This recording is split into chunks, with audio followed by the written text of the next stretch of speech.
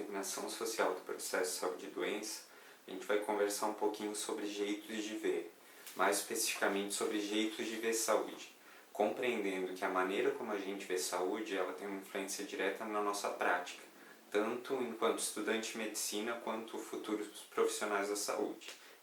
E essa compreensão também que a maneira que a sociedade vê saúde, ela também tem uma influência direta no modelo de assistência à saúde que a gente oferece à população. A nossa maneira de ver saúde, a maneira do movimento estudantil de medicina, ela é bastante diferente das informações que a gente costuma receber dos nossos professores dentro das faculdades de medicina.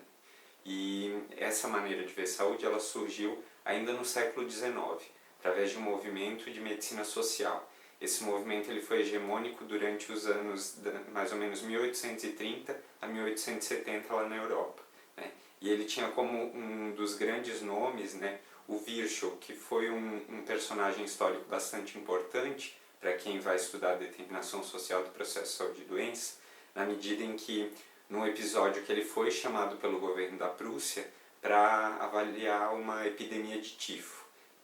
E para melhorar a saúde daquela população, para evitar que as epidemias acontecessem, ele sugeriu profundas mudanças, tanto no modelo econômico quanto no modelo político e social daquela população, compreendendo que aquela população não precisava só de atendimento médico, que ela precisava muito mais do que isso, que ela precisava de mudanças estruturais naquele modelo de sociedade.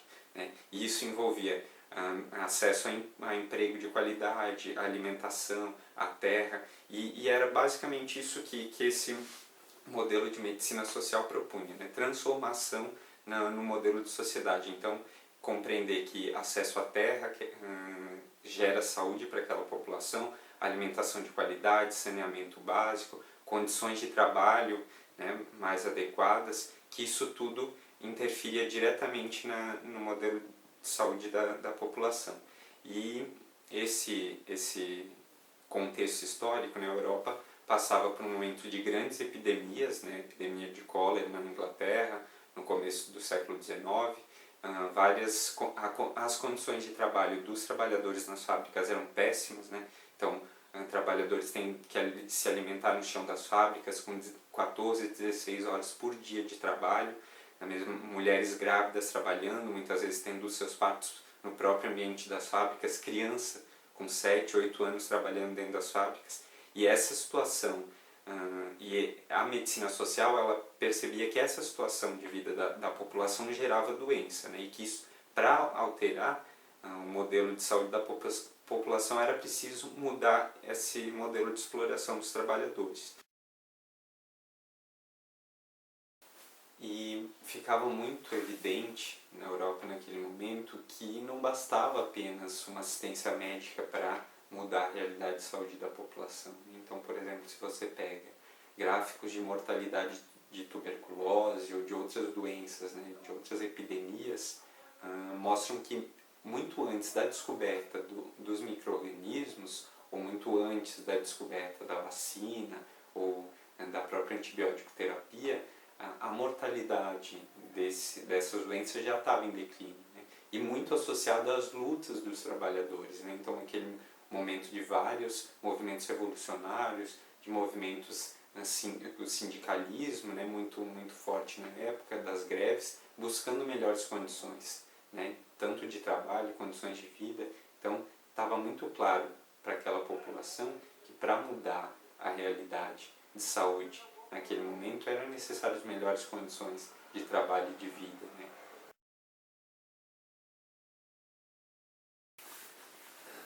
A partir de 1870, essa concepção da determinação social do processo de saúde e doença, ela já começa a entrar em declínio lá na Europa, e a partir do século XX ela já não é mais o jeito de ver saúde hegemônico na sociedade.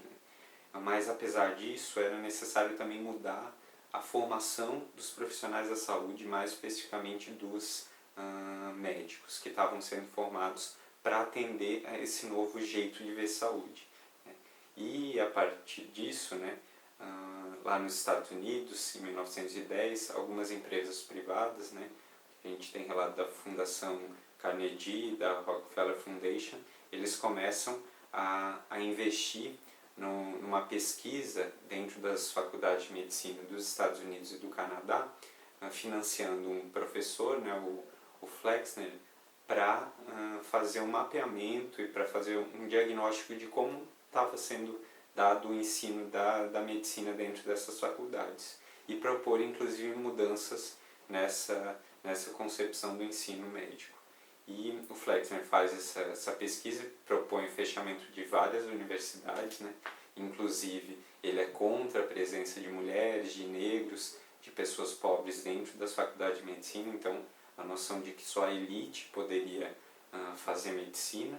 E também ele propõe um modelo de currículo que ficou conhecido como modelo flexneriano, modelo biomédico, mas era um modelo de currículo que era interessante para a elite econômica naquele momento histórico e que basicamente, né, ele era um modelo de currículo fragmentado, ele era médico centrado, né, voltado para a superespecialização, que dividia muito a parte básica da parte clínica, então o estudante ele não tinha contato com o paciente até da metade para o final do curso.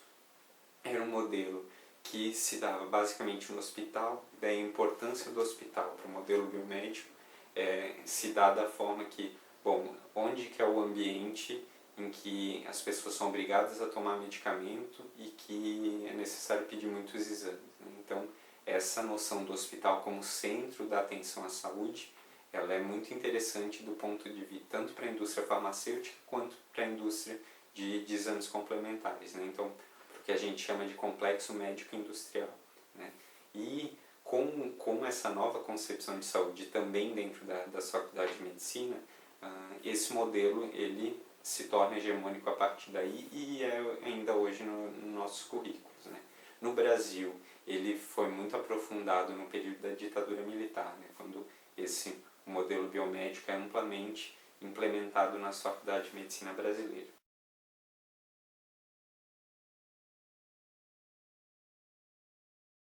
Apesar dessa concepção de saúde, né, ser hegemônica a partir daquele momento, né, concepção biomédica, né, as contradições ainda continuavam evidentes, né, tanto para a população que não se sentia assistida apesar dos avanços tecnológicos na área da saúde, quanto para os próprios profissionais e estudantes que tinham contato com a saúde dessa população, né. Então, um exemplo muito ilustrativo disso, né, que o nosso professor Marco Aurélio da Rosa, um dos grandes estudiosos de educação médica, ele apresenta, né, quando ele estava atendendo uma paciente que veio com uma queixa de insônia numa unidade de saúde e ele começa a questionar porque ela diz que está preocupada com a filha, que não sabe onde os netos estão e que ela não consegue dormir porque parece que a casa dela vai cair em cima da cabeça dela.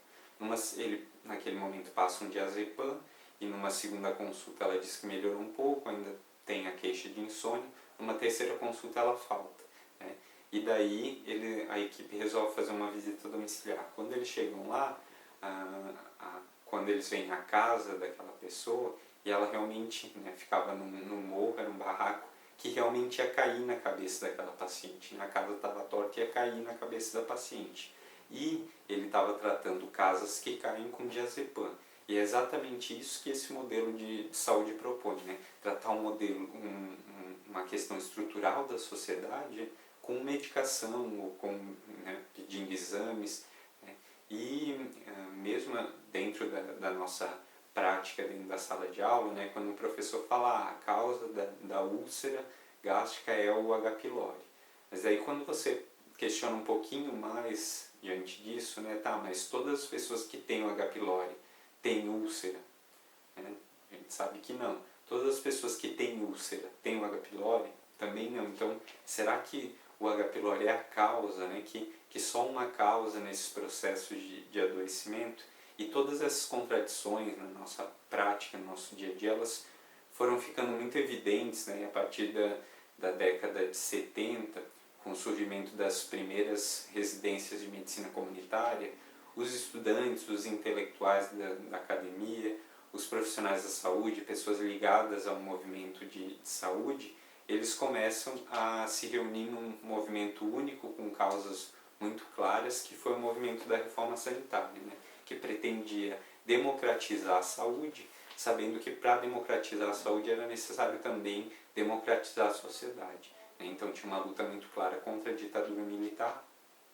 E o movimento da reforma sanitária, ele trazia a concepção de saúde lá do século XIX, da determinação social do processo de saúde e doença, né? Então ele consegue, através da 8ª Conferência em 1986, propor um sistema de saúde universal, público, de qualidade, né, que pudesse dar uma atenção diferente à população, que acaba surgindo em 1988 no nosso Sistema Único de Saúde. Mas apesar dessa concepção ampliada de saúde, então, né, sabendo que saúde é muito mais do que a ausência de doença, o Sistema Único de Saúde não conseguiu se consolidar e, muito pelo contrário, agora ele vem sofrendo, né, com subfinanciamento crônico, com as privatizações. Esse modelo biomédico ele é tão frágil, né, que, por exemplo, quando a gente vai tratar um paciente hipertenso, por exemplo, né, quando você fala, seu João, o senhor tem que mudar, o senhor tem que caminhar, o senhor tem que ter uma alimentação saudável, o senhor precisa se estressar menos, mas a gente não sabe que aquela pessoa tem uma carga de trabalho de 12, 13 horas, que ele não tem condições de escolher os alimentos que ele pode comer, o ambiente que ele vive não tem um local que ele possa ter lazer, ou mesmo depois de 12, 13 horas de trabalho extenuante, como é que uma pessoa dessa vai realizar alguma atividade física? Então, quando a gente culpa esse paciente, né, dessa noção que saúde, enfim, é limitar, a culpa é do paciente, não do modelo de sociedade, é totalmente insuficiente para atender a saúde dessa população.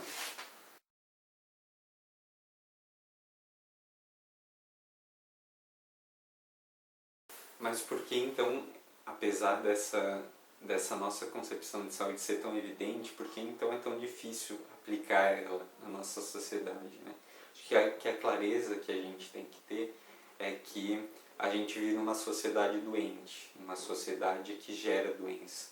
E a doença ela gera lucro, né? Enquanto esses interesses econômicos estiverem acima dos interesses da população, a gente não vai conseguir mudar as coisas do jeito que estão.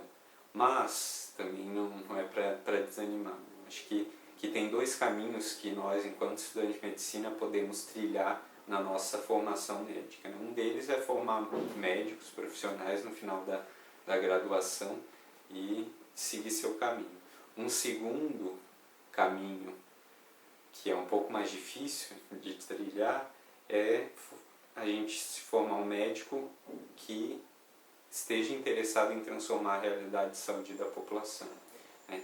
E por isso, para trilhar esse caminho, além da formação técnica, que é necessário a gente ter uma boa formação técnica, né? A gente não está tirando o papel da formação dentro dessa concepção ampliada de saúde, mas também a gente precisa se organizar, né? Só assim a gente vai conseguir transformar o modelo de sociedade que a gente vive e o modelo de assistência à saúde da população. Se organizar no seu centro acadêmico, na Direção Executiva Nacional dos Estudantes de Medicina, na DENEM, nos fóruns populares de saúde, na Frente Nacional contra a Privatização, são todos ambientes de luta que se propõem a ter essa concepção diferente de saúde e que se propõem a alterar a realidade de saúde do povo. Certo? Então, agradeço a atenção de vocês e até a próxima.